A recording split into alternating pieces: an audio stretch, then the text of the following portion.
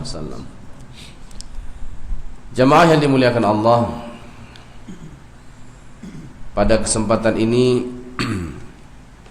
saya ingin mengajak kita semua untuk mentadabburi surah Al-Ankabut ayat 2 sampai 3.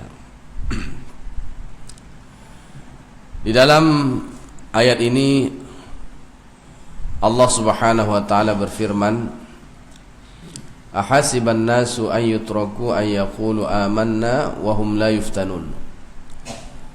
Apakah manusia mengira bahwa mereka akan dibiarkan mengatakan kami beriman, sedangkan mereka tidak pernah diuji? Kita selalu mengaku sebagai seorang mukmin, tapi kemudian dalam perjalanan hidup kita tidak siap menghadapi ujian-ujian. Karena orang mukmin, orang-orang yang beriman itu adalah orang-orang pilihan, adalah orang-orang yang mewarisi atau yang melanjutkan dakwah para nabi-nabi dan rasul. Kalau kita melihat sejarah, kita akan membaca, kita akan tahu bahwa para nabi-nabi, para rasul tidak pernah sunyi dari ujian-ujian, cobaan-cobaan, tantangan, cabaran. Bagaimana kita melihat ya Nabi Nuh, Nabi Ibrahim, Nabi Musa, Nabi Isa, kemudian Nabi kita sendiri yaitu Nabi Muhammad sallallahu alaihi wasallam, dalam menjalani kehidupannya beliau senantiasa diuji. Beliau senantiasa berhadapan dengan orang-orang yang menentang dakwah beliau. Jadi kita sebagai umat Nabi, sebagai umat Rasulullah sallallahu alaihi wasallam, pastilah kita akan selalu dihadapkan kepada ujian. Ada pepatah Melayu mengatakan, kalau tidak tahan deburan ombak, jangan berumah di tepi pantai. Artinya apa? Kalau kita tidak tahan dengan suara ombak atau goncangan dari ombak, jangan buat rumah di pinggir laut.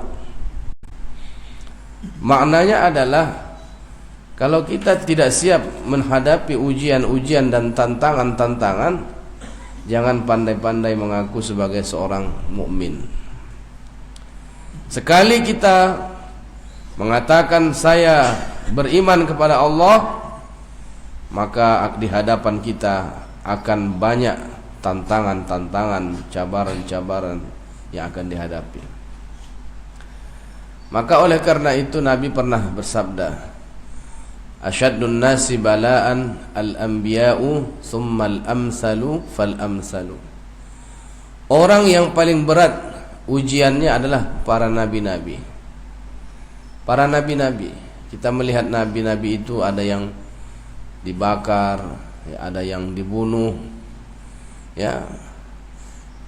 Summal amsalu fal amsalu. Kemudian orang yang semisal dengan mereka, orang-orang yang mengikuti dakwah-dakwah para nabi itu. Nabi Muhammad sallallahu alaihi wasallam, kita lihat bagaimana beliau berdakwah, bagaimana beliau menyampaikan Islam ke tengah-tengah masyarakat. Beliau dilempar, bahkan beliau mau dibunuh dan sebagainya. Nah, kita belum lagi, ya, baru untuk pergi ke masjid saja hujan turun sudah malas ke masjid. Bukan hujan peluru, hujan air masih. Ya. Orang-orang Palestina setiap hari mereka mendengar bom, mereka berhadapan dengan pesawat-pesawat Israel Yahudi, tapi mereka tetap berjamaah ke masjid. Anak-anak mereka tetap menghafal Al-Quran. Kaum muslimah mereka tetap memakai hijab. Walaupun mereka dihadapkan dengan cabaran, ujian dan tantangan-tantangan, tapi mereka selalu siap menghadapinya. Maka oleh karena itu kita harus kuatkan iman kita, karena iman yang kuat akan menjadi fondasi, akan menjadi asas dasar yang kuat untuk menghadapi semua ujian-ujian dan tantangan-tantangan. Kalau tidak kuat iman, maka akan mudah terseret oleh arus kehidupan. Di dalam hadis disebutkan oleh Rasulullah, yushiku an tada'a alaikumul umam kal akalati ala qas'atiha. Pada suatu saat nanti kalian ini akan dikepung oleh banyak bangsa-bangsa. Kalian akan diperangi dari seluruh penjuru. Kalian akan diserang. Pada hari ini umat Islam menghadapi itu. Banyak penistaan-penistaan agama yang dilakukan oleh orang-orang yang tidak suka kepada Islam. Kal akalati ala qas'atiha, seperti hidangan di atas meja makan. Kalau kita mau makan dihidang, jadi orang-orang yang di sekeliling meja itu akan memakan apa yang ada di atas meja makan. Kita umat Islam itu seperti itu sekarang. Kita seakan-akan adalah makanan itu yang diambil oleh setiap penjuru, dimakan, ambil sedikit, ambil sedikit. Nah, begitu yang dirasakan. Ya, sekarang kita di Asia, khususnya Indonesia, ya, terus diincar oleh orang-orang yang tidak suka dengan kesatuan dan persatuan umat Islam. Nah, jadi oleh karena itu sekali lagi, hari ini memang kita masih boleh menghirup udara segar, masih bisa kita beraktiviti dengan bebas. Kita boleh senang ke masjid, boleh senang pergi kerja, tapi tidak ada jaminan pada suatu saat, ya, kita juga seperti orang-orang Palestina. Kalau iman kita ini tidak kita wariskan kepada anak-anak kita, kita tidak menjaga tanah air kita, kita membebaskan pengaruh-pengaruh luar untuk menghancurkan negara kita, maka tidak mustahil pada suatu ketika kita juga akan dijajah kembali. Maka oleh karena itu kita mesti tahu tantangan-tantangan hidup itu apa-apa saja. Di dalam satu hadis Rasulullah sallallahu alaihi wasallam menyebutkan bahwa al-mu'minu baina khamsi syada'id. Orang-orang beriman itu akan selalu berhadapan dengan 5 ujian, dengan 5 kesulitan, dengan 5 cabaran, dengan 5 tantangan. Sepanjang hidup kita, kita akan menghadapi kelima tantangan dan ujian ini. Yang pertama adalah mu'minun yahsuduh, saudara kita sendiri, sama-sama umat Islam, sama-sama beriman kepada Allah, tapi hasad, tapi memiliki rasa dengki. Kita punya harta, dia dengki. Kita punya sesuatu, dia hasad. Sehingga sifat hasadnya itu kemudian menjadi musibah bagi kita, bagi sesama muslim. Karena hasad itu adalah suatu perbuatan yang didahului oleh pandangan mata. Di dalam surah Al-Falaq kita dianjurkan untuk berlindung dari orang-orang hasad apabila ia dengki. Min syarri hasidin idza hasad. Allah Subhanahu wa taala perintahkan kita untuk berlindung dari kedengkian orang-orang yang hasad. Kenapa kita disuruh berlindung kepada Allah? Karena kita akan menghadapi ujian ini sepanjang masa. Kita akan menghadapi tantangan ini sepanjang hidup kita. Orang hasad itu ketika dia melihat ada orang senang, dia berkeinginan kesenangan itu segera berakhir. Ada dia lihat ya keluarga yang romantis, keluarga yang sakinah, mawaddah, rahmah, dia tidak senang. Ada orang punya anak cerdas, pandai, hafal Quran dan sebagainya, dia tidak senang. Dia ingin kenikmatan yang ada pada orang itu dicabut oleh Allah. Ada orang punya kereta baru, dia susah hati. Dia maukan kereta itu hilang, hancur. Nah, keinginan itu terpancar dari pandangan matanya. Maka itu akan boleh menyebabkan musibah, boleh menyebabkan penyakit, boleh menyebabkan aksiden dan sebagainya. Inilah yang disebut oleh Nabi dengan ain. Ain itu adalah pandangan mata kedengkian. Jadi ain ini adalah penyakit masyarakat. Ini pasti ada di mana-mana. Sepanjang kita hidup di dunia ini, ain ini akan ada terus. Maka dia disebutkan pertama sekali, mukminun yahsudu. Kata Ibnu Hajar Al-Asqalani bahwa pandangan mata atau ain itu dia seperti anak panah.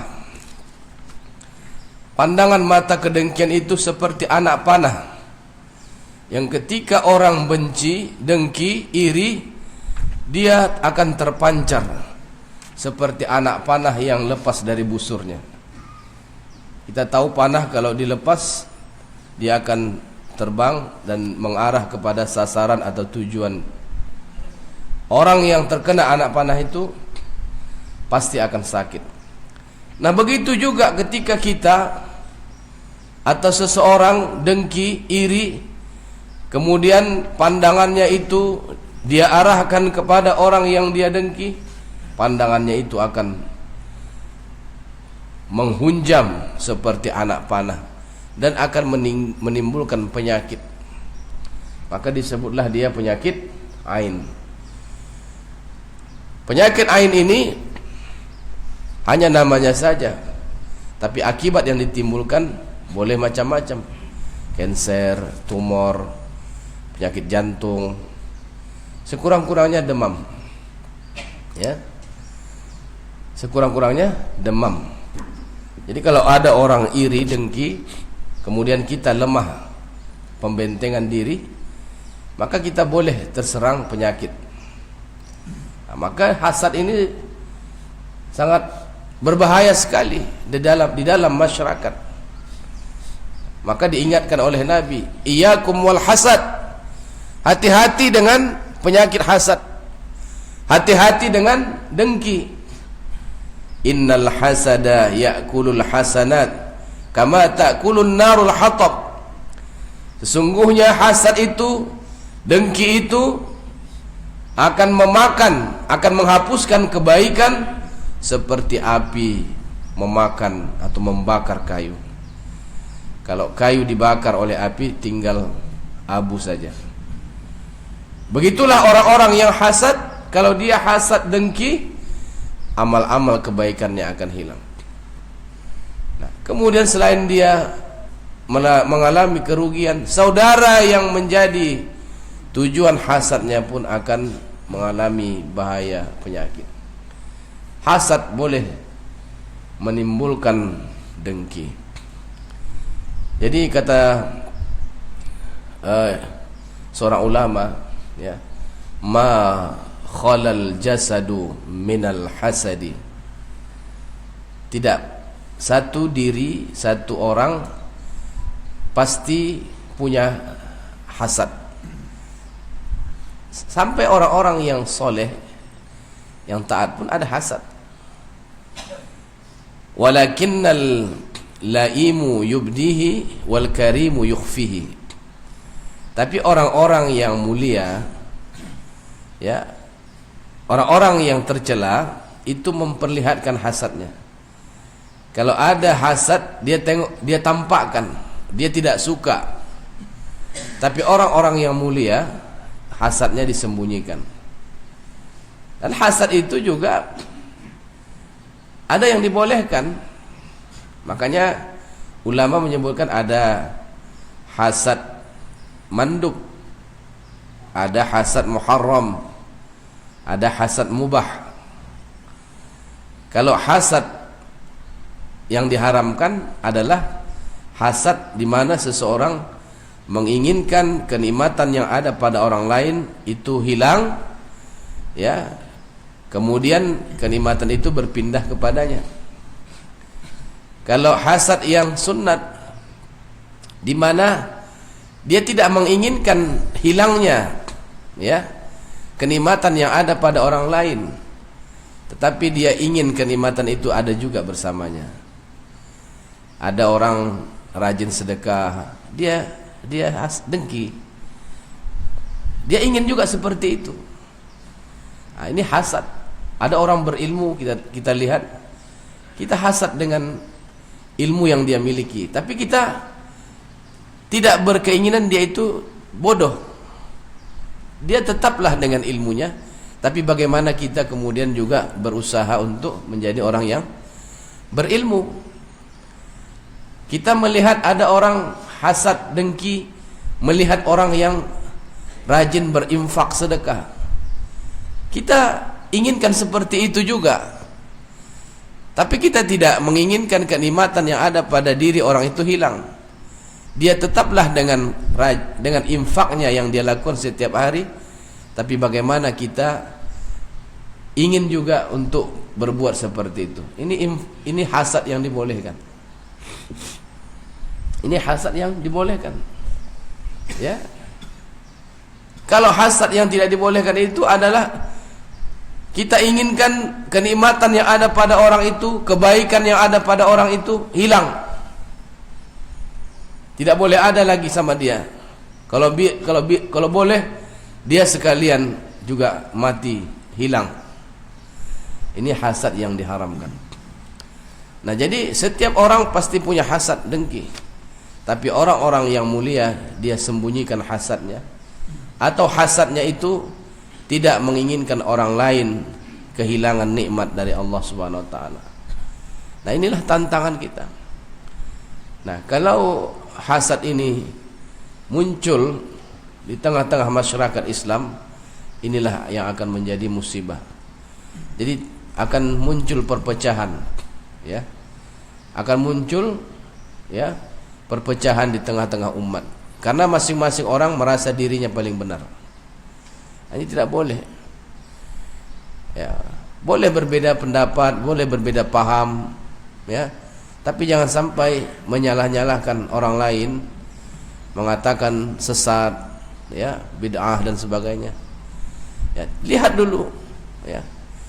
Jangan sampai kita secepatnya untuk menyalahkan dan menyesatkan orang lain, sementara orang lain juga punya dalil, punya dasar, punya pendapat, punya kutipan dari para ulama-ulama. Nah, munculnya orang-orang yang suka menyesatkan, menyalah-nyalahkan orang lain, ini juga bisa disebabkan oleh adanya hasad. Nah, jamaah yang dimuliakan Allah Subhanahu wa taala, itu yang pertama, bahwa hasad itu boleh, ya, muncul, boleh timbul karena adanya kedengkian. Tapi penyakit ain yang disebabkan oleh hasad tadi kadang boleh juga dia muncul karena kita terlalu memuji. Kita memuji seseorang tapi lupa mendoakannya. Kita memuji anak kita, memuji istri kita, memuji sahabat kita, tapi kita tidak mengucapkan tabrik. Apa itu tabrik? Barakallahu fiik atau Masya Allah, Tabarakallah. Jadi kalau orang Arab itu setiap kali mereka berjumpa, apa yang mereka ucapkan? Masya Allah, Tabarakallah. Kita biasakan seperti itu.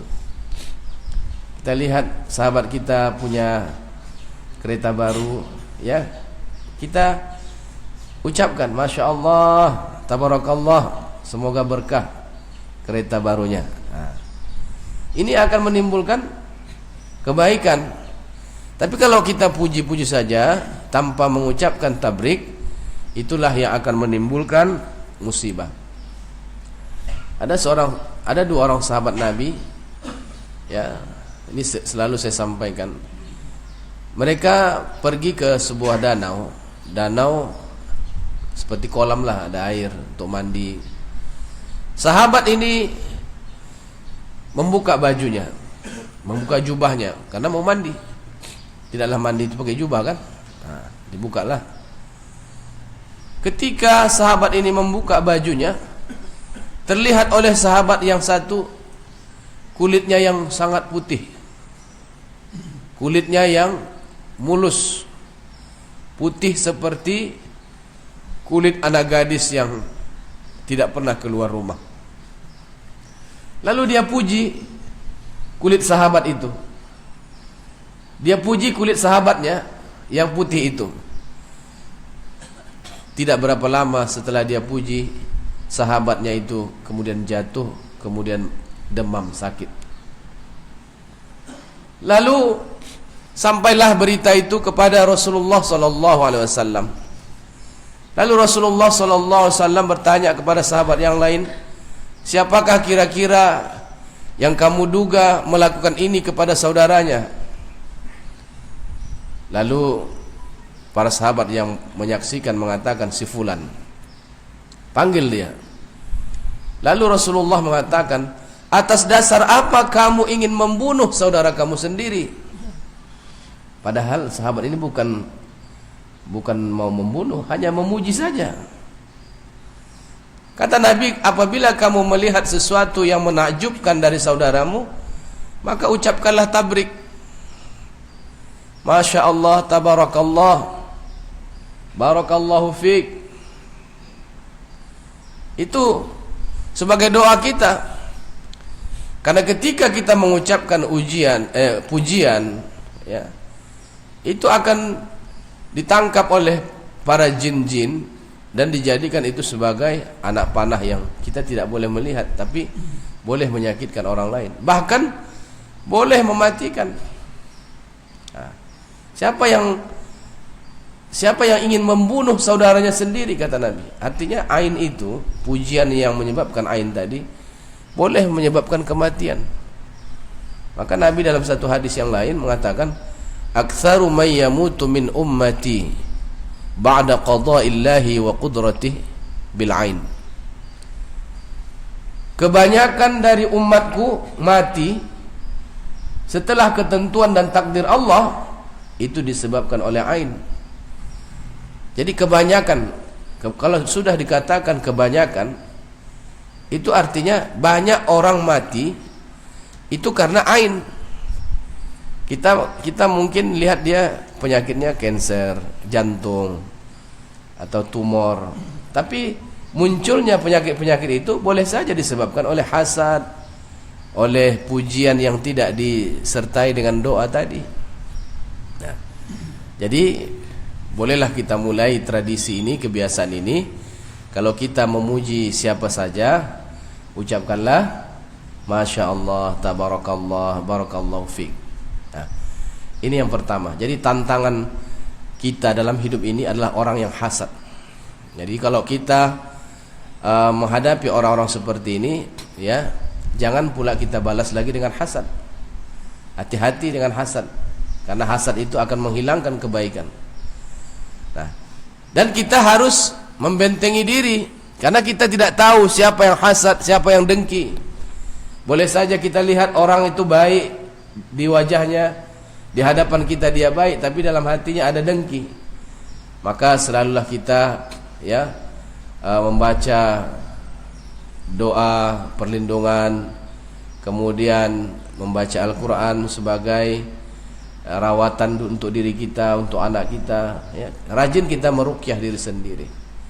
Jangan kita bergantung kepada orang lain, ya. Sebelum penyakit-penyakit berat itu datang, setiap kita membaca Al-Quran, kita niatkan, ya Allah, jadikanlah ayat-ayat yang ku baca ini sebagai syifa, sebagai obat. Mungkin selama ini kalau kita baca Quran tidak pernah meniatkan itu. Kalau saya tanya, apa niat kita selama ini kalau membaca Al-Quran? Kebanyakan orang tidak ada. Niat dia karena Allah, ingin dapat pahala, sudah. Maka dia dapat pahala. Tapi apakah dia kemudian mendapatkan kesembuhan, penyakit-penyakitnya hilang tanpa diniatkan? Tidak. Karena innamal a'malu binniyat. Semua amal itu harus didasari dengan niat.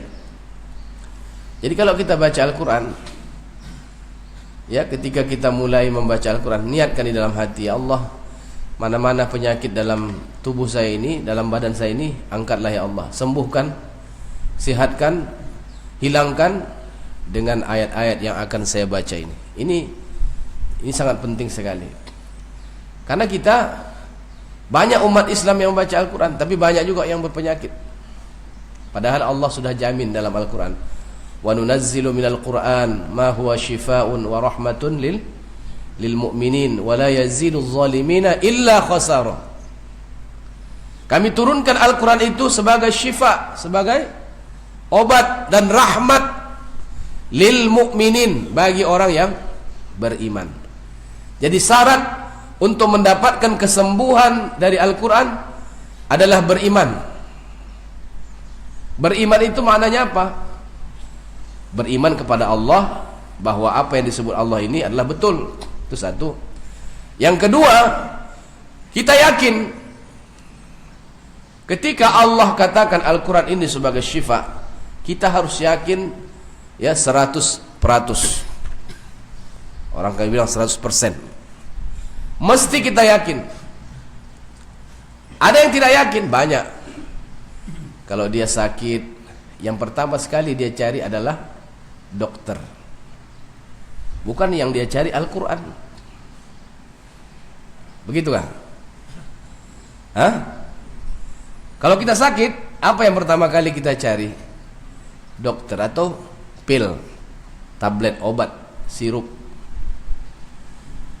Kalau kita sakit, pernahkah kita ambil wudu, duduk di sajadah menghadap kiblat, ya, kemudian membaca Al-Quran dengan harapan Al-Quran itu memberikan kesembuhan? Pernahkah itu kita lakukan? Nah, mungkin ada yang pernah, tapi kebanyakan ya jarang. Nah, pasti dia cari di mana klinik, mana dokter, ya. Kecuali penyakit-penyakit yang memang segera harus ditangani, misalnya patah kaki, ya, janganlah pula sudah patah kaki berdarah, sekejap ya, saya ambil wudhu dulu, saya baca Quran, nanti mana tahu patah ini bisa sambung lagi. Nah, itu harus cerdas kita, ya. Mana-mana penyakit yang mesti kita segera lakukan, mana yang boleh. Ya, kita misalnya dan jantung kita seperti menusuk-nusuk, ya, seperti ada jarum yang tertunjam. Nah, kita jangan panik, jangan cemas, ya. Segera ambil wudu, kemudian baca Al-Quran. Karena kalau kita cemas, kecemasan itu juga adalah suatu penyakit. Jadi kalau sudah cemas, orang akan mudah bertambah sakit. Kecemasan juga bisa boleh menyebabkan penyakit-penyakit yang lain, jantung, stres dan sebagainya. Nah, itu yang pertama. Jadi hasad ini adalah suatu cabaran bagi kita. Orang-orang yang dengki ada di mana-mana. Jadi kita selalulah bentengi diri. Kalau baca Al-Quran itu, semua Al-Quran, ya, mana-mana ayat pun boleh. Tetapi ada ayat-ayat khusus yang memang dijadikan, direkomendasikan oleh Rasulullah sebagai ayat-ayat syifa atau ayat-ayat ruqyah. Nah. Kemudian yang kedua tantangan kita adalah wa munafiqun yubghidu.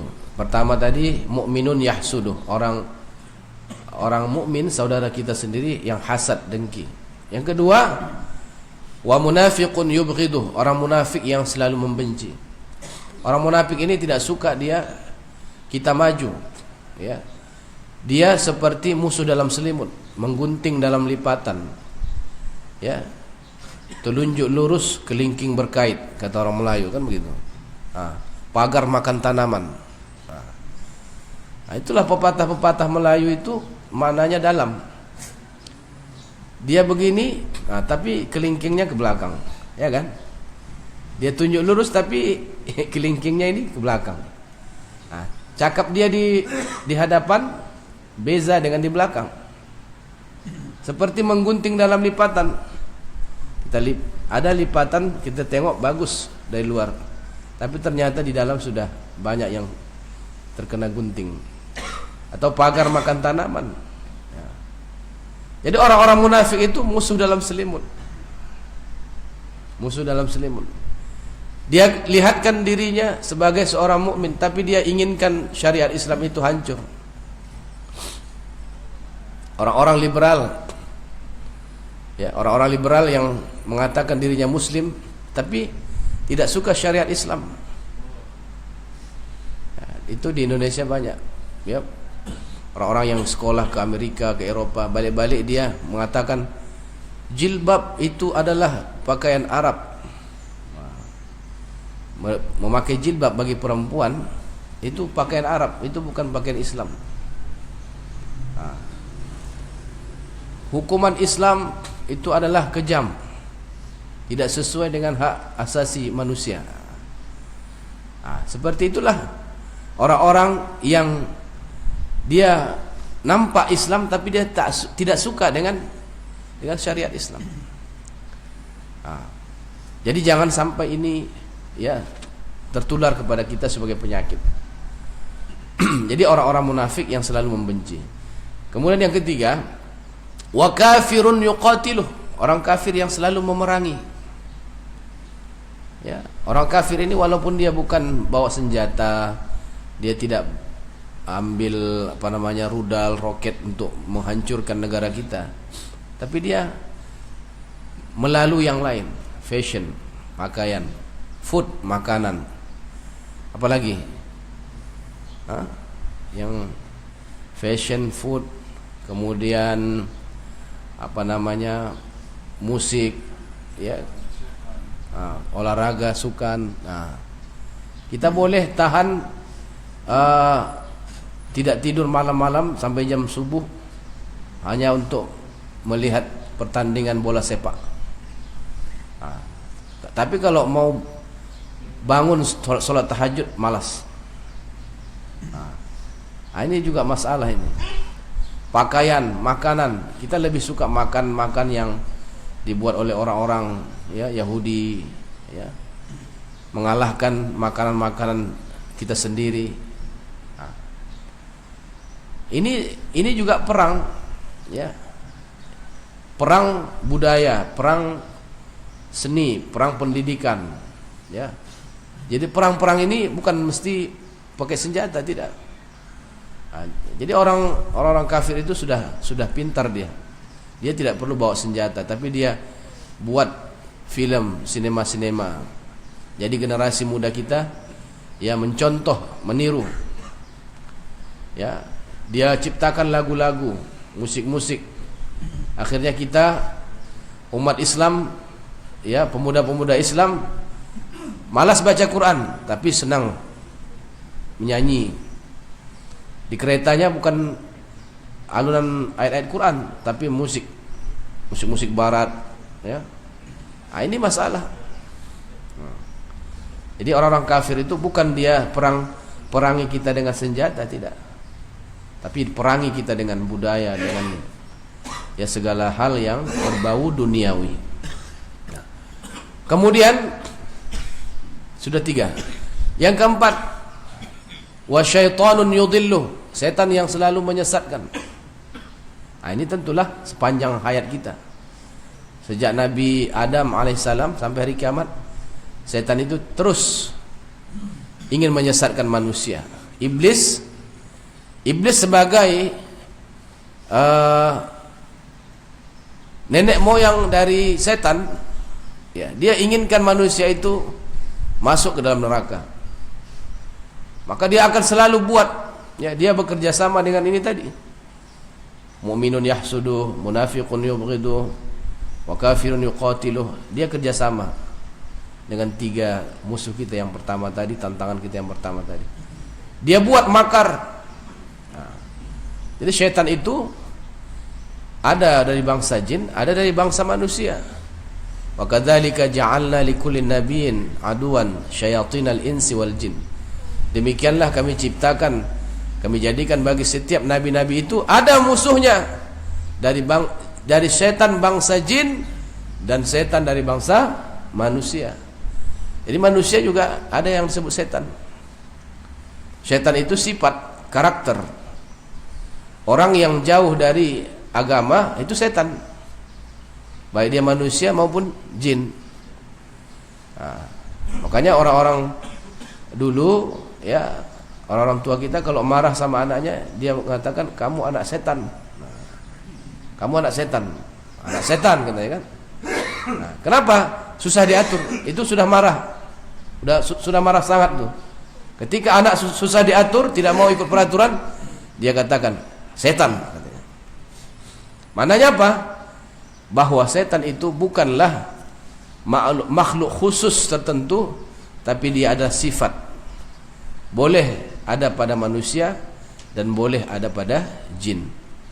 Nah, inilah yang selalu menyesatkan kita, yang menjadi cabaran dan tantangan kita sepanjang zaman. Nah, jadi oleh karena itu selalulah kita berlindung kepada Allah dari setan yang terkutuk. Nah, kemudian yang terakhir, ya, wa nafsun tunazi'uh, ya, ujian dan tantangan kita adalah hawa nafsu yang selalu merosak dari dalam. Nah, jadi kalau tadi yang pertama, kedua, ketiga, keempat, itu semua dari luar diri kita. Nah, dari luar diri kita. Tapi yang terakhir ini itu ada dalam diri kita. Hawa nafsu. Hawa nafsu ini adalah ujian yang paling berat. Hawa nafsu inilah sebenarnya ketika menguasai diri seseorang, maka muncullah 1, 2, 3, 4 tadi.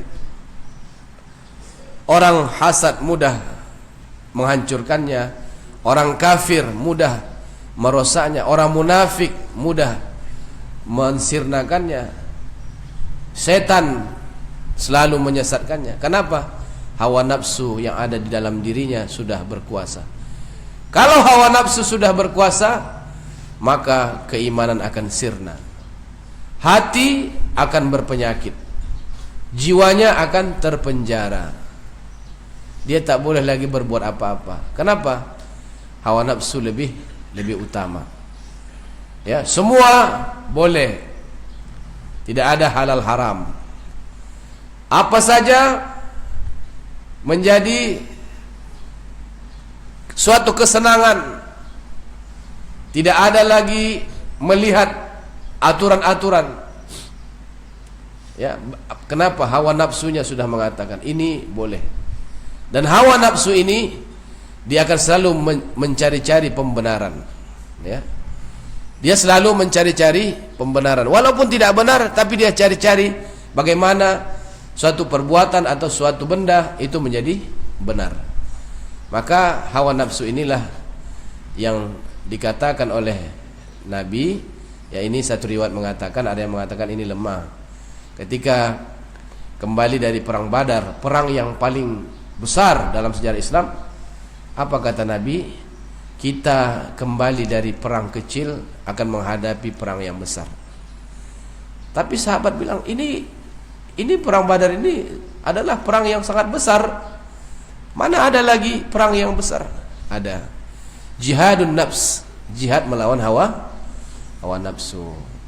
Jadi inilah 5 hal yang akan kita hadapi selalu dalam hidup ini. Dengan ini insyaallah kalau kita sukses atau berjaya menghadapinya, maka kita akan termasuk orang-orang mukmin yang bertakwa, yang soleh dan muslih. Ya, soleh artinya dia beribadah untuk dirinya, muslih dan boleh pula untuk mengajak orang lain menjadi orang yang baik. Walaqad fatanna allazina min qablihim. Kata Allah, kami sudah buat ujian-ujian ini kepada orang-orang sebelum mereka. Fala ya'lamanna Allahu allazina shadaqu. Dengan ujian itu Allah akan tahu siapa yang jujur, siapa yang benar dalam keimanannya.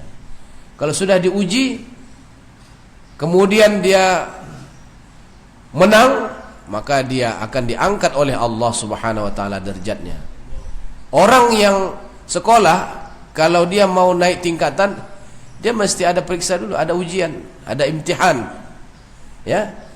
Kalau dia boleh jawab ujian, imtihan itu, dia akan naik kelas, naik tingkatan. Orang-orang yang beriman, kalau dia berhasil menghadapi ujian-ujian dari Allah Subhanahu wa taala, dia akan diangkat derajatnya oleh Allah Subhanahu wa taala. Wala ya'lamannal kadzibin, dan dengan ujian itu pula Allah akan tahu siapa yang dusta, siapa yang berbohong dengan keimanannya.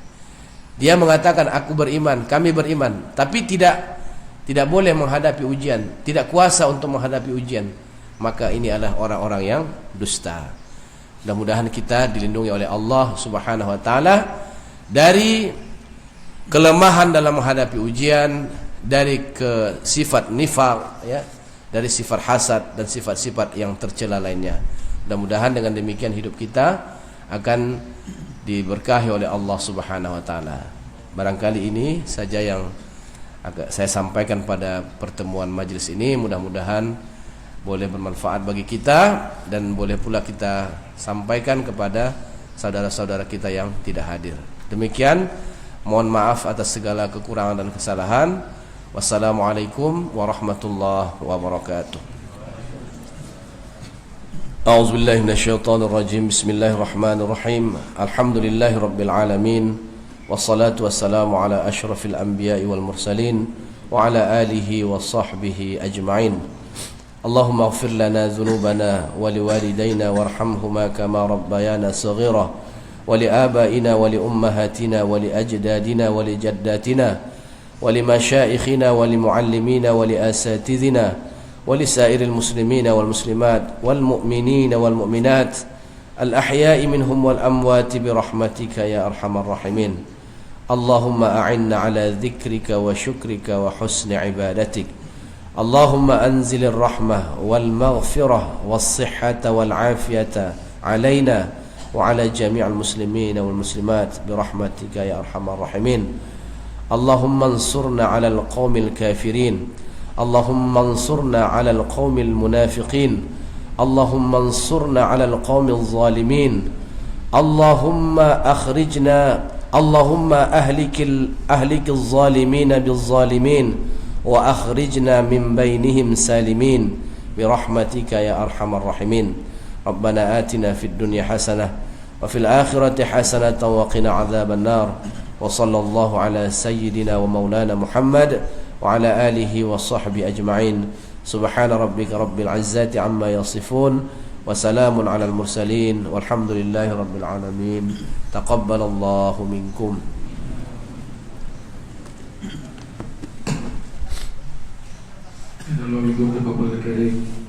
Terima kasih Saudara Ustaz atas kuliah pagi sebelum.